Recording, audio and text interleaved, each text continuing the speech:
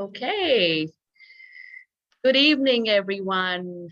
Welcome to this lovely evening. Today we have with us Vani Kola, the Managing Director of Kalaari Capital.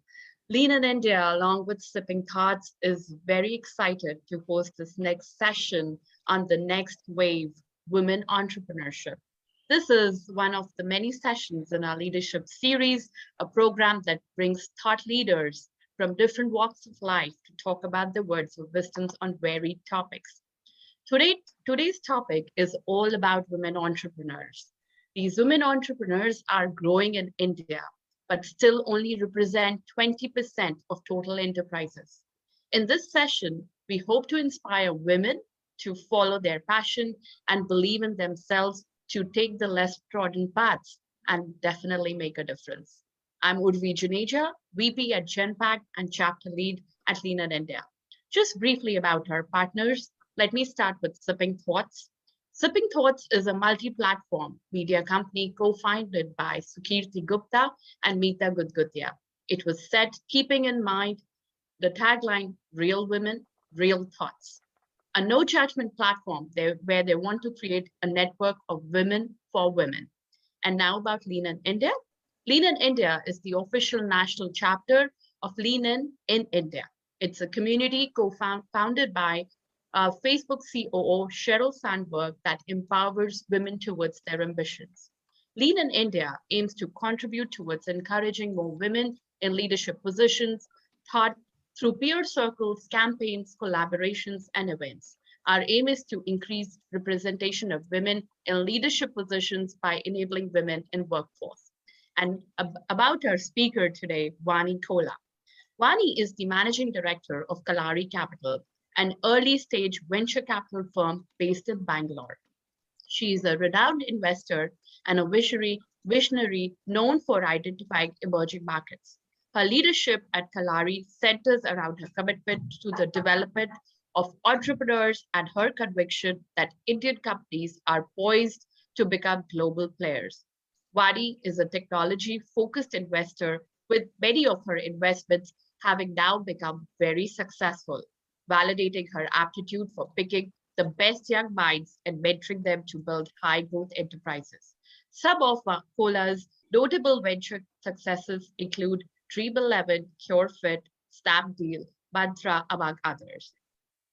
Vani has been identified as Fortune's most powerful women in business. Outside of work, she's actively involved in various organizations focused on fostering entrepreneurship and women leadership, spending time with her family.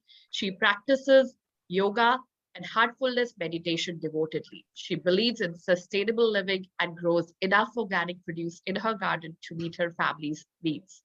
With this, I will hand over to Vani and over to you. Such a pleasure to have you today. Good evening, everyone.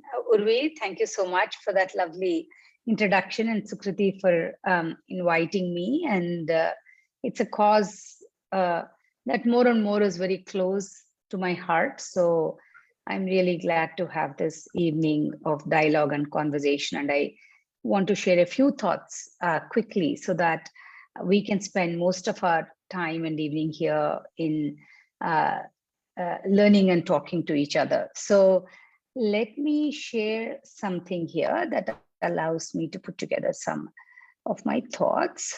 So, and then let's do this, right? You can see my presentation, right? All right, great. So we'll talk a little bit about women entrepreneurship, at least from the context of how I have been thinking about it in the, especially in the last many months. And I'd love to hear from all of you on this and more and anything else. Obviously, you know, sometimes we have all these statistics and numbers, how we are underrepresented. And, you know, there is so much more that needs to be done. But, you know, I think to always start with positivity of and celebration of our lives, there is really no limit to what we can be as women. And I think that's why we are all here gathered together. And hold on, I am trying, yeah. So, but I wanted to also start this with a bit of a reflection. I feel like I come from a lineage of strong women, and I think if we paused and each of us talk to each other, I think we will see that we have come from a lineage of strong women, and that's what has given us the strength, courage, wisdom, and drive to go out and accomplish whatever we wanted to accomplish in our life. And in my case, I feel like, more and more when I think about all the women that have been transformative in my life, and I hope that's a conversation we can all have at a different time in a different platform or a different context. But I want to derive that every woman has strong women in their life. Sometimes we might not actually recognize or reach out, but I think we do stand hand in hand with many other women in our lives that have made a very big difference. And I wanted to pay homage to that as we actually talk about what is not working, also, to talk about what has worked. So, if we go into the topic of the day, women entrepreneurship, the current scenario in India, especially world over, but since, I'm focused primarily on India in the work I'm doing, we lots to celebrate, right? 52 total unicorns in the last decade. We saw the Zomato IPO, the Paytm just filed, and more. I think the startup ecosystem in India is very, very vibrant. And in the last decade, I think has been extremely exciting, encouraging, and transformative. And I feel truly very privileged to have this opportunity to be part of this journey and part of this journey at this time in the evolution of the growth of Indian companies and Indian brands. But, we literally have like one woman who's leading one of these unicorns. And that, of course, is Nykaa with Falguni. And overall, if we just look at the truth, women constitute very small percentage of total number of entrepreneurs. If you look at how many companies with women founders got funded, it gets even more depressing. But if we think about how many women CEOs got funded, that's like 1.4% or something like that. So obviously, we should collectively think about what can we do to make this a better playing field, especially these are so below global averages even, and the global averages are nothing to celebrate either. So there are all the women entrepreneurs, right?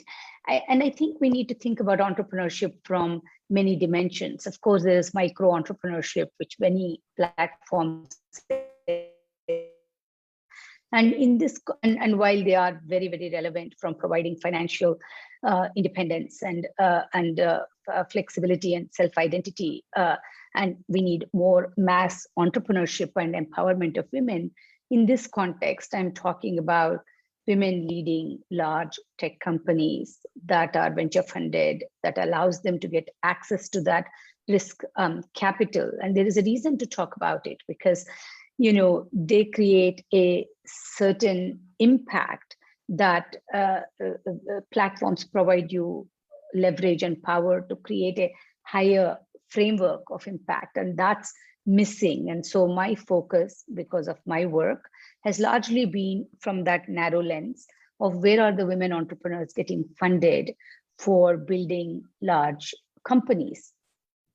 So, the numbers that I shared with you, I mean, gender equitability is still not a reality, and the representation of women in venture capital is also fairly abysmal, right?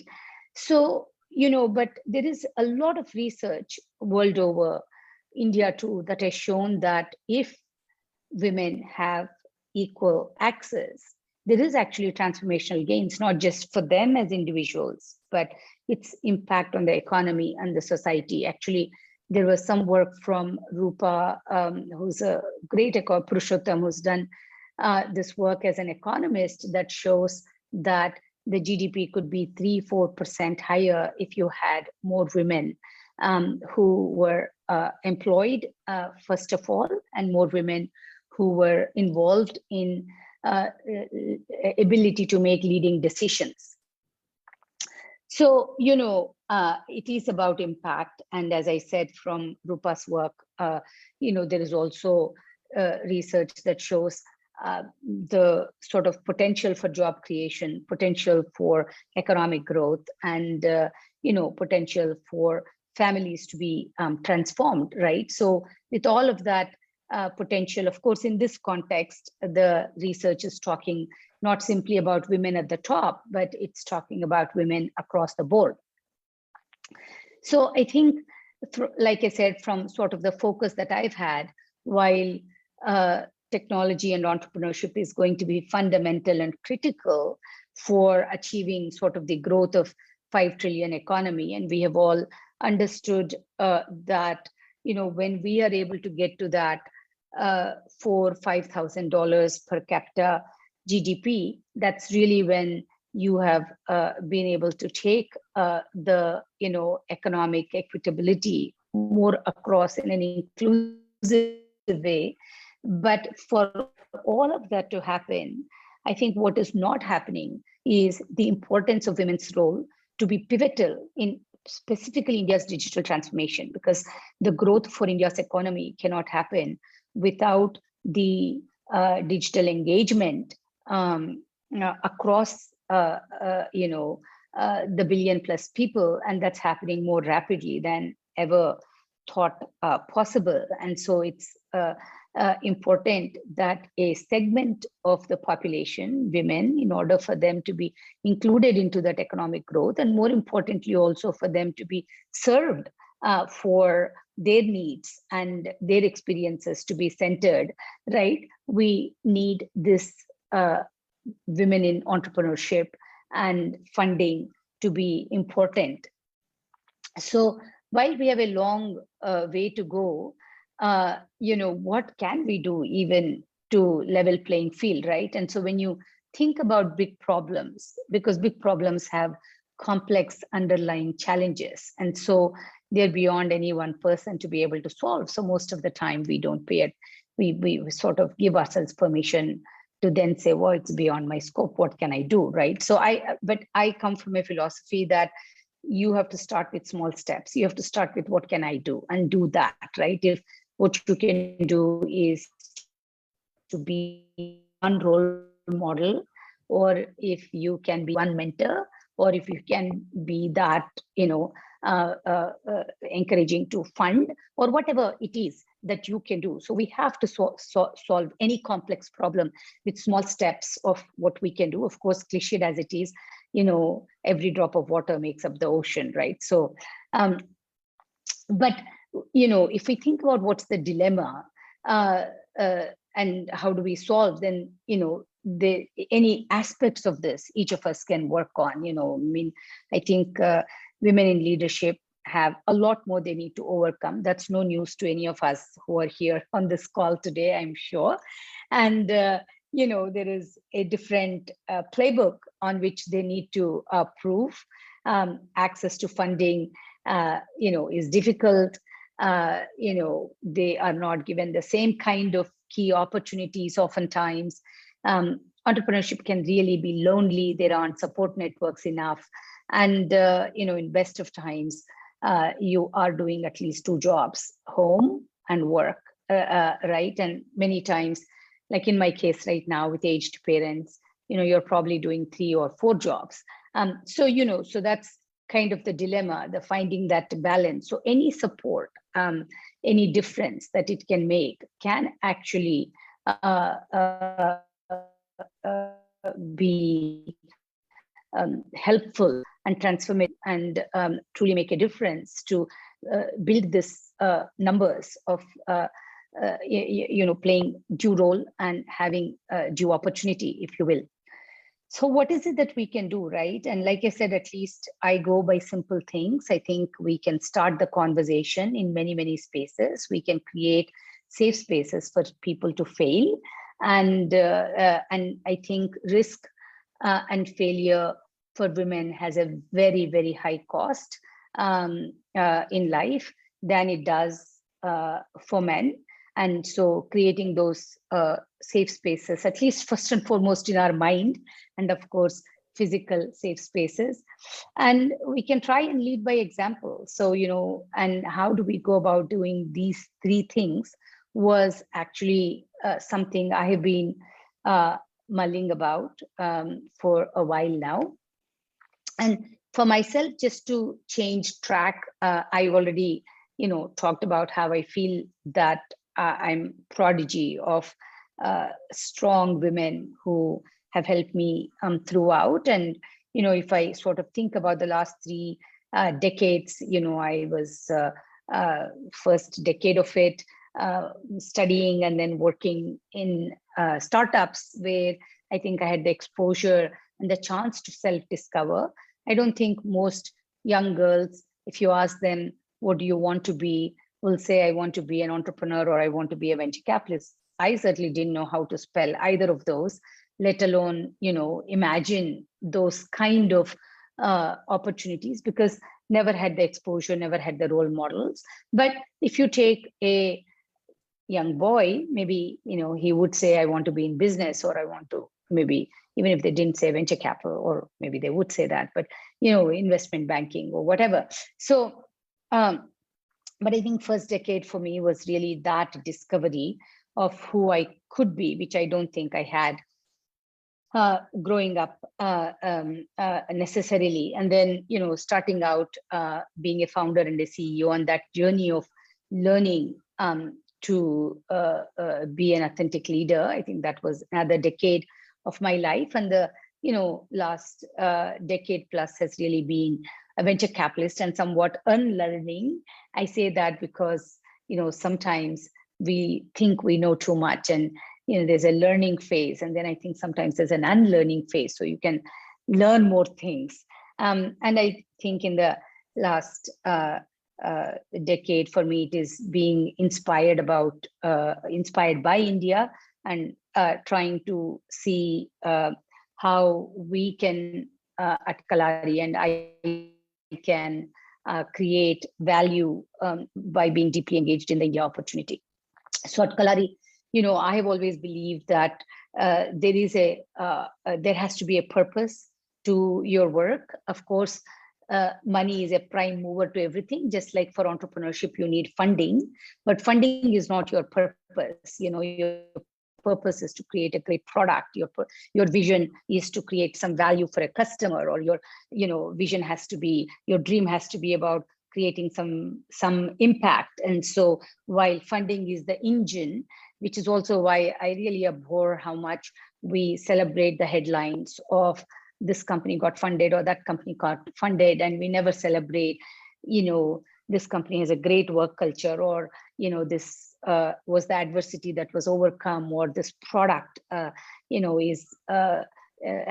broken this barrier, so whatever. So that has much lower cadence than just sort of the headline, because that is not the purpose. Funding is not the purpose. So while existentially we have to create returns for our LPs, obviously, otherwise it doesn't move as a prime mover. But the purpose of our existence, I feel, has been to ensure we provide opportunities for a diverse group of entrepreneurs to succeed. And I'm surprised how many times entrepreneurs feel that, you need a certain profile and a pedigree to get funded. And, it, for me at least, couldn't be far from truth. So one of the things also, I would just leave it here because we are all here together, is some of this, we have a launch coming up in 28. You can watch the Kalaari space for more details on that, and or write to me or whatever. So, we want to talk more on how we must have more women lead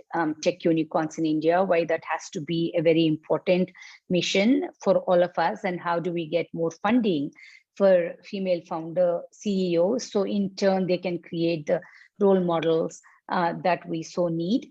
And when it comes to female founder CEOs, a lot of our research shows it's not simply about even getting their early stage funding, and as they need to move along into their journey, just because they haven't plugged into and they don't have access to the broader networks of growth funding and the levers that move that, they have to just work so much harder to be able to do that. And if we can do things that help women, of course, the companies and the products and the business has to be solid and sound. But so we are not talking about anything that is affirmative action or something. But even when all that is in place, I know that there is many handicaps to women succeeding in the field of entrepreneurship. So that's something I'd like us to do more to solve for, and I'm committed to do that in my role and my capability to do whatever I can from Kalaari as a platform. So I just want to leave with we talked about lean in, and we need women at all levels, obviously, but I feel especially at the top, to change the dynamic. And like I said, we need to reshape the conversation to ensure that women are heard and can't be ignored, and can be provided just level playing field to achieve their full potential and success, right? So I know that we have a lot of questions, and this session was really for me also more a conversation than just a monologue. So I'll pause there and we can talk about anything that's on any of our minds. Well, Vani, thank you. I mean, that was brilliant. And I think you set the stage, because leveling the playing field, especially the small steps and creating safe spaces. And I think the fact that we need more women to lead by example and create these role models. And I'll take my own personal experience, because I'm an entrepreneur. This is my second entrepreneurial venture, but I've actually also worked at large companies and multinationals. And sometimes you get these comments, and these comments really play havoc, even for somebody who's as experienced. I have 25 plus years. Are you taking a break because of the kids? Don't you want to go back to a big company? Is this just a hobby? How will you sustain yourself? And I'm sure many, many women get this distrust look. And I must say, I mean, I try not to ignore it. I'm like, listen, it's a venture. It will take time. You need to sow the seeds, but it does sting. And, these type of things do demotivate us. And I wonder, because I'm only looking at it from a female lens, but do the males also get these type of questions prodded to them? And I'd love to hear your view on that, because it does sting me. Look, achieving anything for anyone is never an easy road, right? It's not a fairy tale ending. You can look at 16,000 crore IPO listing for Paytm or this or that or whatever, but there is a journey to it. And so I think and that journey is not easy for men or women, but women are asked special questions, and like you said, that plays havoc in your head. And it's so don't want to say, oh, they have it, the other people, the other side of the table has it so easy. I don't think there's anything easy about being ambitious and aspiring to be more, and the journey of just overcoming your own your own sense of self limitations, and because so much of that is in the mind. But I think women are asked special questions, and also more importantly, we are more capable of guilting ourselves, right? We are more capable of, how should I say, not giving up, but we are more capable of not, standing up for ourselves, or, not having the self-advocacy to say, well, I'm worth more or whatever, right? So I think over and over, I mean, it comes up in so many examples for me, Sukriti, I think let's take a very simple thing which I suffered from, and I see many other women suffer from. I know what I'm worth, but as a CEO, I always struggled with asking my board to look at my compensation. Okay.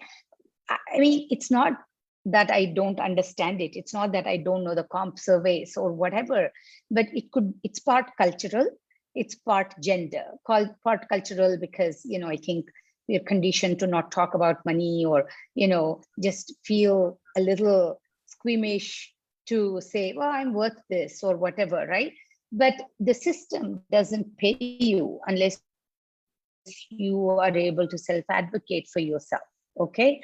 So I'll give you an example. I might give a term sheet to a male founder, and as we are completing the term sheet, they'll say, hey, listen, I want to have a conversation about my employment contract, and what am I going to be paid, and this is how much I need to be paid, or whatever.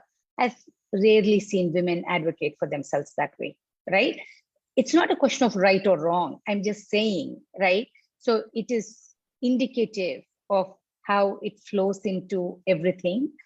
But things don't just come to you, right? You have to also stand up and ask for it. You also have to stand up and say, I'm worth this, right? And that comes a little harder. So it's not that for men it's somehow easier, but I think there are different things that are more difficult for women than it is for men.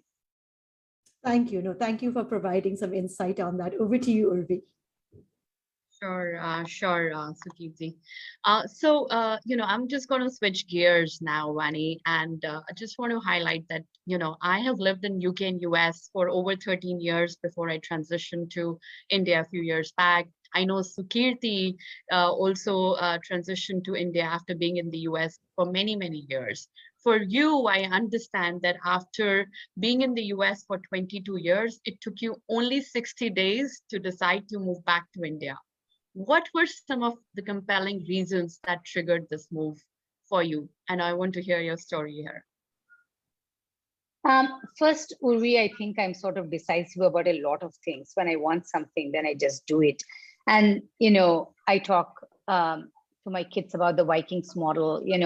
If you want to, it's maybe the wrong example because it is about war, and we are not talking about war, and I hate war, but, they burnt their ships when they landed. Either you win or you die. Okay, that was the whole example of it. So you can't do things halfway. It's kind of like another, maybe a better way is, Yoda, one of my favorite characters, do or do not, no try, right? So, decide, right? I'm going to do it, I'm not going to do it. But there's no, well, I'll try to do it. There's already an implied failure about it, right? So to be very decisive about it. So I think it's very important in life to, you can change your mind, of course, but, to say, I'm going to do this, and just have the conviction and certainty of it. I think this is, critical and very important. But I was at a place in 2005, towards the end of 2005, especially after a decade, which I looked at it as 40 quarters. So I said after 40 quarters, I was done having this CEO operating role, and I was in the journey of what next, right? And I had been away from India for 22 years, and that was really the first time. And of course, I came back to India many times, but it would be a week to 10 days, and hence very inward focused with family, right? So I spent a little over a month just traveling up and down India, and just by myself, and just getting back in touch. And I felt like I came to a different country. I'm, very Indian at my core, but I felt like I came to a very different country. There was a different confidence, different vibrancy. Remember, I left in 85. But 2005, a lot had happened in that 20 years to India, and when you're gone, you're frozen in your head to something you took, and you'll relate to that, having, left and then come back. And so, and I just was so inspired by what I saw. I said, this is where I want to be for the next 20 years. And then I went home being US at that time, and said to my husband, we should just go. And, if you decide you should go, then, sooner the better, right? Time and overthinking, does nothing but just diffuse energy. So if you want to do something, just do it and assume it'll work. And when it doesn't, then you figure out what to do. But it did work for us beautifully, both personally and professionally. Good to hear that, and good to see that conviction that with which we should really make our decisions and, assume that the hypothesis will be true unless proven otherwise. So thanks for that. Over to you, Sukirti. So, Vani, we constantly hear that the way that women and men, they approach even funding is very, very different. Women are far more conservative and go with a much more conservative attitude. And that sometimes even stops them actually from getting, because they are not as bullish, or maybe they don't show that in their body language. So what makes a quality pitch and what catches your eye? Because I do agree with you that we do need to raise more and more women up, but maybe we also need to learn how to sell ourselves and advocate for ourselves. Sukirti, I will talk about that, but we also need to talk about the other side of the table. I do think that there is an unconscious bias, and as a platform and as a group, because you can't do that as an individual. If you are going and pitching, you can't really do that at that time. But I think there is an unconscious bias, how words are attributed and analyzed for women versus men, and there is enough research on that to show that. So this is not sort of made up in our head, and we need to realize that. So there is an unconscious bias, and platforms like these and ours need to call that out from a broader perspective, so that there is a more awareness we create to that, and with awareness comes potential for reflection and change, right? But specific to a pitch, I would say it's not about being aggressive in numbers or not being aggressive in numbers. I think it's really about, seizing the opportunity and being able to not be afraid to say, I'm going to create something monumental. I am very capable. I think actually, if I put all of that into one word, I'll go back to the word I already used, advocacy. I don't think it's not a lack of confidence. I think confidence is different from advocacy, okay? Just that presumptive, I'm going to be a great CEO, I'm going to build a very big company, and I deserve to be funded. And here is something, where my idea is worthy and the opportunity is large. Not be tentative about it, just as a tone and a personality, maybe not from intent, but from a language, because languages matter. In fact, there's this TED talk which really opened my eyes when, and I was at that conference at that time. She talked about, power of body language, right? And power of, gestures and things like that. And I think we are diminutive in that and not large in that, So I think it's really about not even about the pitch, it's about the tone and the confidence and, the presumptiveness to just project yourself and project the power of your potential success, right? And we are, I want to say, sometimes apologetic to be bold that way, So, in fact, I'll tell you, when my kids were little, I put them in drama, and it's like, whoa, and we sometimes have this academic mindset in India. Why are you wasting time? And I was like, academics will take care of itself. It's all the other life skills, right, that really make you successful. We all know that. And the idea in putting them in drama was, it teaches you voice projection. It teaches you how to take a stage on. It teaches you how to kind of, play a role, right? And when you're selling, you're playing a role. And whether you're selling your business or whether you're selling a product, you're playing a role, and you have to get into that mind and play that role and be willing to play that role. No, thank you very much for that, because I think we need to get that and we need to learn this skill. Over to you, Urvi. Sure. Yeah. So, Vani, you just talked about inculcating life skills in your kid. I have two young daughters, 8 and 12, that keep me awfully busy outside of work. I know you have daughters too. And I know that a lot of your inspiration today comes from your two daughters. How do your daughters inspire you? And what is that one thing that you want us to ingrain in our girls as we are raising them?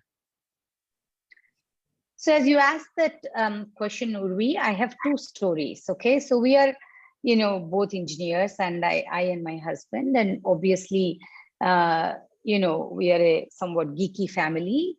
And I've always been an introvert about reading, and I've inculcated those in my children and so forth. So I remember when my daughters are now much older, 27 and 22.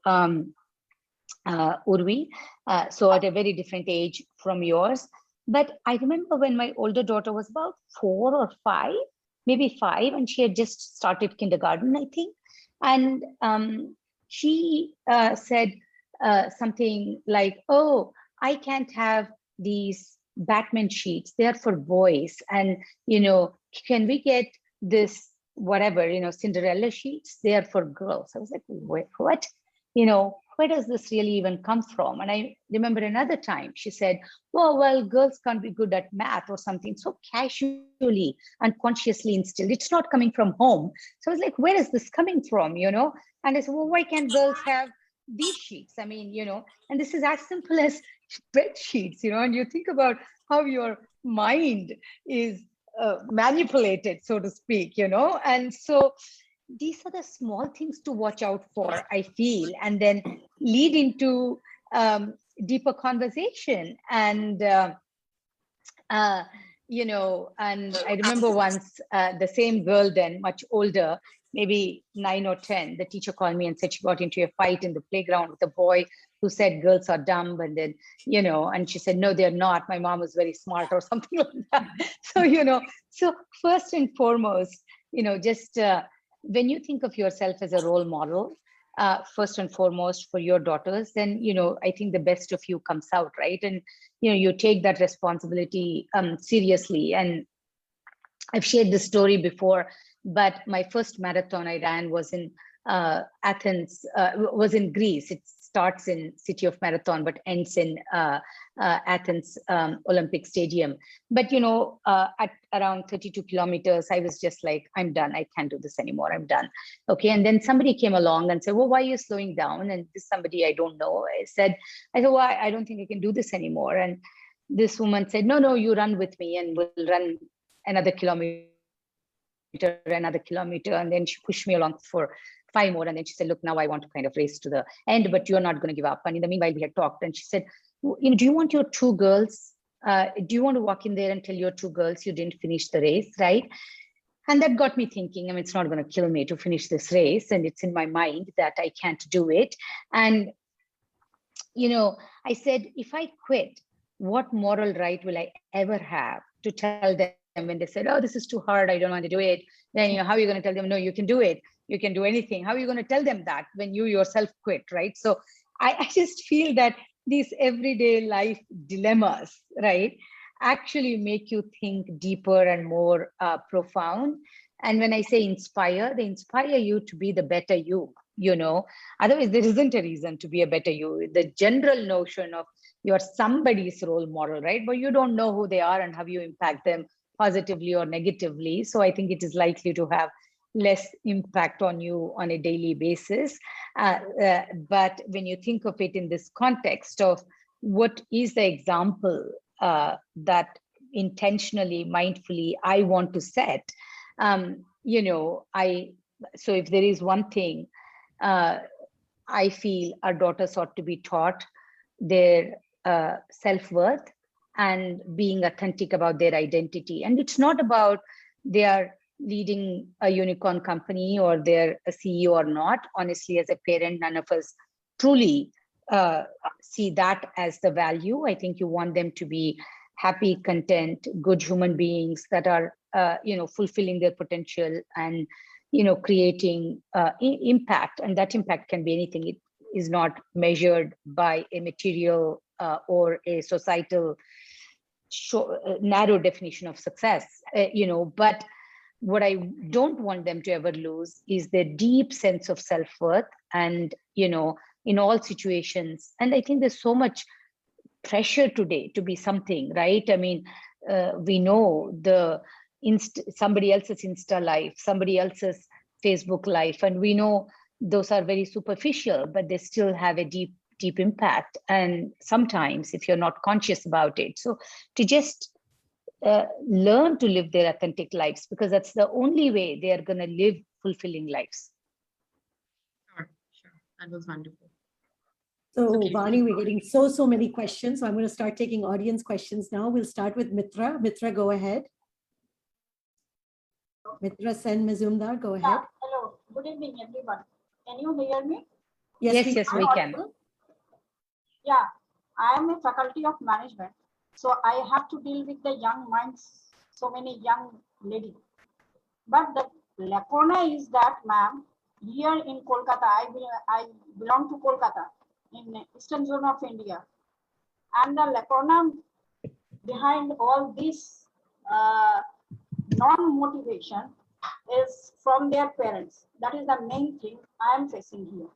When I talk to them, I am role model for them, but they are having problem with their parents because still in India, the parenting is not that level that is needed.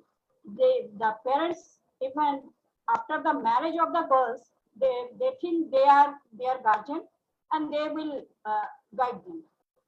That's the thing. And I, sorry to say that the mindset is there, definitely. Mindset is very low. And the second thing is, in proper way, their parents are not educated in that way. That's all. Vani, oh, sorry. Your comments? Look, when I talk about each of us creating more conversations and awareness, at some point, our parents are a product of their own life experiences and so forth. We have to teach girls to not, I don't say break away from their family, but to be able to have conversations that can also change mindset. I remember when I first started my company, I was already away from India for, I think, 15 years, maybe 10 years, maybe. And then I called my dad and said, oh, I quit my job and I started this company, whatever, or I'm thinking of starting this company. And I thought he would be like very happy. And he went really, really silent. And then he said, but we are not a family like that. We are not people like that. I said, well, what do you mean? He said, well, I mean, you have a young daughter, blah, blah, blah. I mean, you can just fill in the blanks for the rest of the conversation. But, it also took from me saying, but this is really what I want to do. And, what is the real downside? I mean, why are you so worried? And, so with conversation, he said, yeah, okay. I mean, and then in time, he said, I'm so proud of this, right? So we have to change mindsets. We can't just blame the parents. I think there has to be, somebody has to bridge that culture. First of all, I hope, right? Because if you ask a 20-year-old, the answer may be different. I hope my children understand that, how much ever they think I'm flawed, and I'm sure they think that I'm flawed in many ways, but, there is an underlying love and commitment, and, and they also carry the risk, and their world is different from my world. And as much as I carry the responsibility for them, they carry the responsibility to bridge that world back to me, and so we can't just put the responsibility on the parents. I think we have to create these platforms where there are conversations to inspire the girls, and also along with that, teach them the capacity to have difficult conversations. If they can't have difficult conversations with their parents and convince them, how are they going to have many, many, many thousands of difficult conversations with co-founders, investors, employees, and so on and so forth, right? So they at least have to try. So I will always advocate change for myself, because I have to live my life. I can't blame somebody else for the life I am not living for myself. So I would say, let's teach the girls how, they can truly go after and achieve what they want to achieve. Now, sometimes they may not even know what they can achieve, right? So you have to kind of fire their imagination. Thank you. We'll take the next question from Sanchita Sakpal. Go ahead, Yes. Sanchita. Yes, hello, ma'am. First of all, I would like to thank the organizers for organizing this event. It's a great honor for me to speak with Vani Kola, ma'am. And Sanchita, co-founder of a global language exchange community with my friend from the US. And we have been successful in creating a safe space for women to connect with people across the world and learn their languages like English, Korean, and many more. So my question is there a space where I can have a guidance to register this community, like a company or an organization, because I'm finding it really hard for giving a credibility for our community. So that's my question to you. Yes, and also after this session, I would like to know about a space that we can connect with all the ladies here. So yeah, thank you. That's really a question for Sukirti, right? And in terms of where you can register, I mean, I honestly don't know the answer to that. Maybe somebody else here might know, but I would just only offer a general guidance that a lot of this comes from just exploration, and I think there must be somewhere where you can process registering an organization like that and growing it. But I don't think this is one area, Sukirti or Urvi, I am able to offer any particular guidance. Maybe you can take that offline and or tell how she can connect to the space you have created, Sukirti. Absolutely. We'll definitely do that. And a great idea to think about how to connect all the women also Right. that joined today. Thank you so much. Yes. Sarika, go ahead. Sarika Sinha. Hi. Hello, Vani ma'am. First of all, I would like to say that you are truly an inspiration. You don't know how many lives you have impacted positively. Oh my And God. yeah, we actually, I think my generation definitely look towards you for inspiration.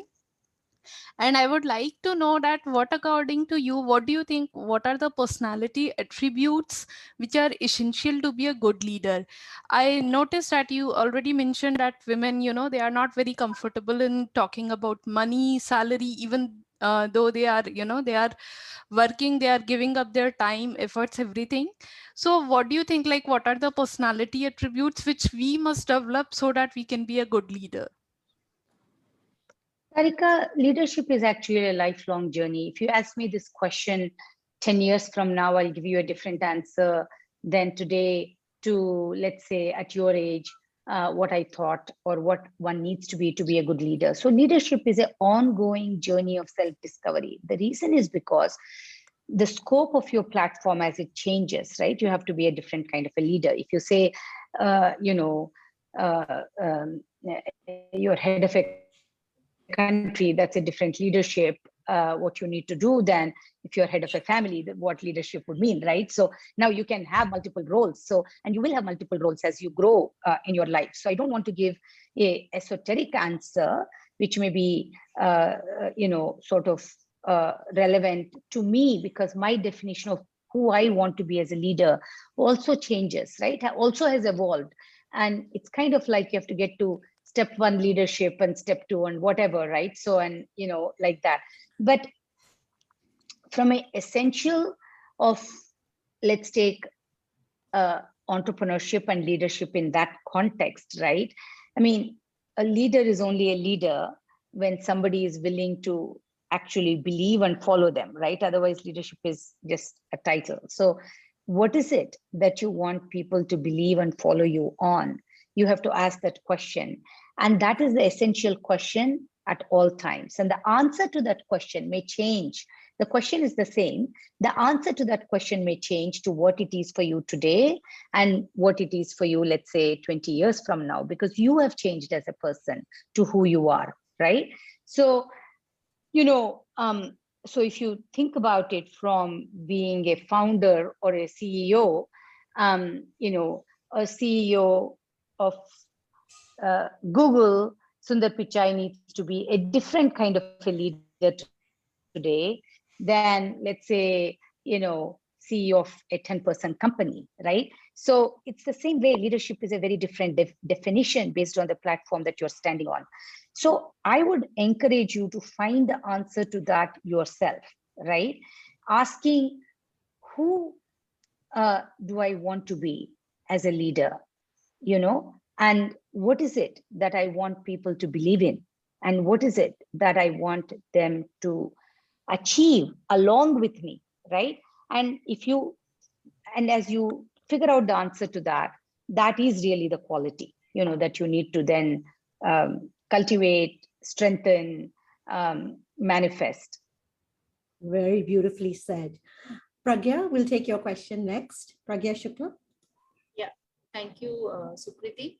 Hi, Vani ma'am. Such a privilege to hear you. And I would like to say that I am a HR professional, and I have, worked for around 9+ years. And my question is, basically, I left my job in last year in April 2020 due to some personal needs, family needs, etc. Now I am in a situation, where I want to get back to work. And like you said about when I heard about your journey, where you said that, you left your job and you came back to India and you started a venture. So that's quite inspiring. So I really am at a, very at a crossroad where I really want to work, and I need to understand, there is something, where I need to answer, to myself, whether I should go back to a corporate, a job, or whether I should be doing something on my own. Because even I have a young child, 7-year-old son I have. So, his studies, I have to look after him, his studies, etc. So, that there is a dilemma that I am facing. And so how do I, go about this? And I would like to seek some advice from you as to, what would be the best option to follow. Regardless of whether you start something on your own or whether you go to a job, the role of you as a mom doesn't change. So when we have to make big decisions, we remove all the fringe factors. Okay, we can't overcomplicate big decisions. We already talked about parents, kids, all that is fine. What do I want to do, right? If I'm not happy, nobody else around me can be happy. So first I have to ask myself, what do I want to do? And if I make decisions that are compromised because of somebody else, right, then, I'm never going to be long-term happy with that, right? So it's not parents, it's not kids, it's not husband. All of that may be consequential, but first and foremost, I have to ask myself, what do I want to do? What am I ready for, right? So now you may or may not be ready to start something. That is okay. You can arrive at that answer, but it's your answer, okay? So should you go back to work? Should you start something? I would say that they are, two very different genres of options. The fact that you're, debating that option, right, would say that you're actually not ready to start something, because starting something has to be a compulsion, because it's going to consume, so much of you. I'm not saying it consumes in the sense that you can't also have your responsibilities to your family be fulfilled. I don't mean like that. It just consumes you as compels you. But if you don't feel that compulsion, then starting something will be again, because everybody else is starting something, and that's no way to make life decisions, right? So if you're even having the dilemma, right, if the question is, I have decided I'm going to start something, and this is the something that I'm so convinced I must do. Now let me see how I need to arrange the rest of my life to facilitate me to achieve this, right? So then you can work on that. But it's not a question of, do I go to a 9-to-5 job or do I start something? Because they are very different genres, and nobody sits and says, should I play chess or should I play cricket, right? I mean, you may as just a hobby, but if you're going to be a professional, those are two very different things. So, so both are great. There's nothing right or wrong about one versus the other. right? It is what is right for you. So I would just ask you to explore, first deeply, Pragya, what is it that you are compelled to do? And then find ways to, find the strength to go and do that. Thank you. Well said. Yes. And we'll take a question now from Tanuja. And I know we're running out of time, so I apologize because there's so many questions lined up. But Tanuja, yes, if you could make it quick, maybe we can take one more after you. Yes, I'll be very quick. Thank you, Sukirti, for this opportunity, and thank you, Vani, for the wonderful session. I'll quickly summarize who am I and what's my question. So I'm a 23-year-old young professional, and I've been running communities for like almost 4 years now for young professionals out there to help them get started with their career and with jobs and internships. So that's something that I've been doing passionately, even as a college student. Right now, while working as a full-time employee, this is something that I still devote my time to because I want to give back and I feel good about it. Question for you is, I still find myself having that imposter syndrome at times, because people do say that I have a lot of skills and they appreciate me for that. And I have heard good words about me, but at times I find myself in that uncomfortable position where I do not have that confidence in what I am doing or what others are saying about me. So where do we cater to that? And we have a specific like women group in our company as well. So there also we have seen a lot of women talking about. So Tanuja, it never stops. Okay. Every time, like, for example, when you say, oh, you're a role model, I'm like, well, maybe I'm an imposter also. So I just think that somewhere when someone says something to us, it's important that we accept it as authentic, right? And that has to be from within us. We may or may not see it that way because I don't necessarily seek to be a role model. I didn't start out thinking, oh, I must be a role model. So when somebody offers you that, right, you're like, oh my God, well, maybe I'm a good one or a bad one, or am I, doing everything I should or not? And then we kind of, our mind can go, right? So, and also, so many times we have this difficulty of accepting compliments. Someone says, oh, you're looking good. Well, it's just the dress or something like that, right? So sometimes I think we need to learn to just accept what people are saying as authentic to us or authentic in their view, and be able to receive it. I think receiving is a very hard thing, right? And we have to practice it, right? And it is not easy because it may be just core to our personality, and so I would just say, gosh, at 23, I don't even know what I was doing. I don't think I was doing anything as interesting, or I've achieved anything as much as you have achieved. For 4 years, you're running a community. How many 19-year-olds do that?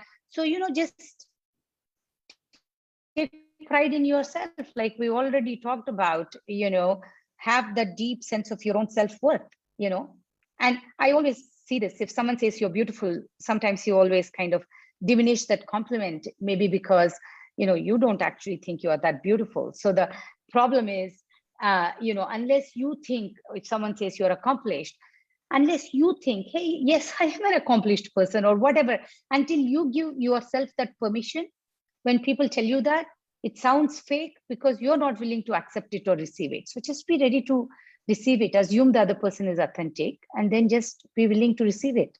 Don't make it harder for yourself. Vani, can we take one last question? Yes, we can, of course. We will take from Kanchan. Kanchan, go ahead. Good evening, Sukriti. Thank you so much. Vani ma'am, I really love that thought of yours of, accepting compliments. I myself face a lot of issues while, when people compliment me. So I think I will try now to, to change myself and start accepting compliments. So that is a great learning for me. A question which I also wanted to ask you was that what if you go to your customers or let's say even investors and you find it difficult for them to take you seriously? Is this something that, other women also experience, and how do you overcome that? I'm asking that because, I'm the founder of Loan Genie, which is a lending fintech based out of Bangalore. and we are a for-profit with purpose, and I'm looking at raising a seed fund. But I think I do face these issues at times wherein I feel that maybe even my customer or the investor at some times they are not taking me seriously when I'm talking to them about giving a loan or taking it back and things like that. So how do you get across that seriousness that you want to do this business, you will make it a success, and and hence some kind of support is required. So continue, I'm sure everyone faces it in some form or the other, right?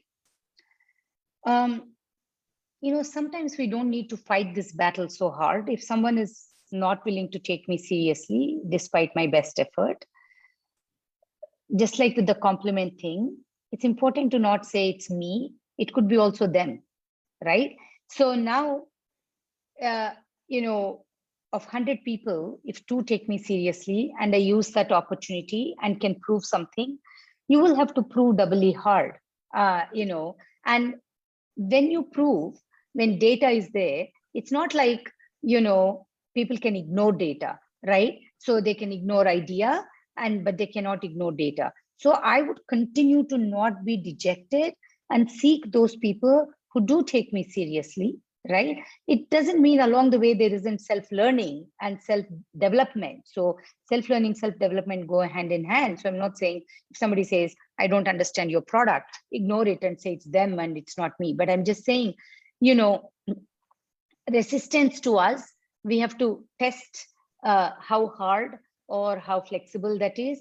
If it is hard, why beat our head against a wall? I'll kind of go to the next and the next, but somewhere there will be a door that will open for me and I have to maximize that opportunity. And as I kind of build it, right, the naysayers will see kind of drop off and diminish and, join the tribe. So don't allow self-doubt to really kill your strong sense of being on the right path. Wow. Well said, Vani. And I think this is the self-doubt that really creeps into our head. And I know there's so many questions, and I apologize that we've not been able to get to all of them. There are like 15 more, but unfortunately, I'd like to get, Vani, your closing thoughts, because there were so many takeaways for me. And I think the big one is about that self-advocacy and that self-confidence that we need to get. But I would love to hear your closing thoughts as we end for today. Look, my only closing thought I would offer is, I realize how important and honestly, Sukirti, when you reached out to me asking to be on this platform, these days I tend to say no more than I tend to say yes, just because there is so much of this. Now that this has even become virtual, we could be doing, one of these every hour, right? And so how do you say yes to everything, right? And so, but I felt that it was an important platform and I must support it. That was really sort of my compulsion. And I say that from, we have to create, collaborative relationships, and we have to create more safe spaces and support spaces, right? To be able to find that inspiration, maybe not, and beyond inspiration, just even the knowledge, the access, the answers, even if you will, right? So I just think, and I thought what you were doing was important, and hence, it was important for me to be here and say that, I care, and I'm saying that with each one of us can help somebody from what we know and from what we have, right? It could be mentoring a younger girl, it could be, whatever, right? So my one closing thought would be, we have to be a tribe. And there is a very strong bro culture that allows unconsciously, again, for perpetuating success, right? And we just need to create more of those spaces for women. And, I'm glad you are doing that. And I'd like everyone here to do it in their own way. So that would be my sort of hope and thought. Well, thank you, Vani. Thank you so much. The comments that are coming in, you can see them there. So eternally grateful. Thank you for the wonderful session, informative, insightful. I mean, these are just the words. They're inspired. I think lots of people are looking for new ways to connect. But with that, on behalf of Lean in India and Sipping Thoughts, we thank you for sharing your wisdom with us today. Thank you, Sukirti and Urvi, and all the participants who have taken time out on today is Saturday, right? So yes, it is Saturday evening. Saturday evening, and I hope you have a great evening and enjoy time with your family and be safe. Well, thank you once again. Thank you. Take care. Bye.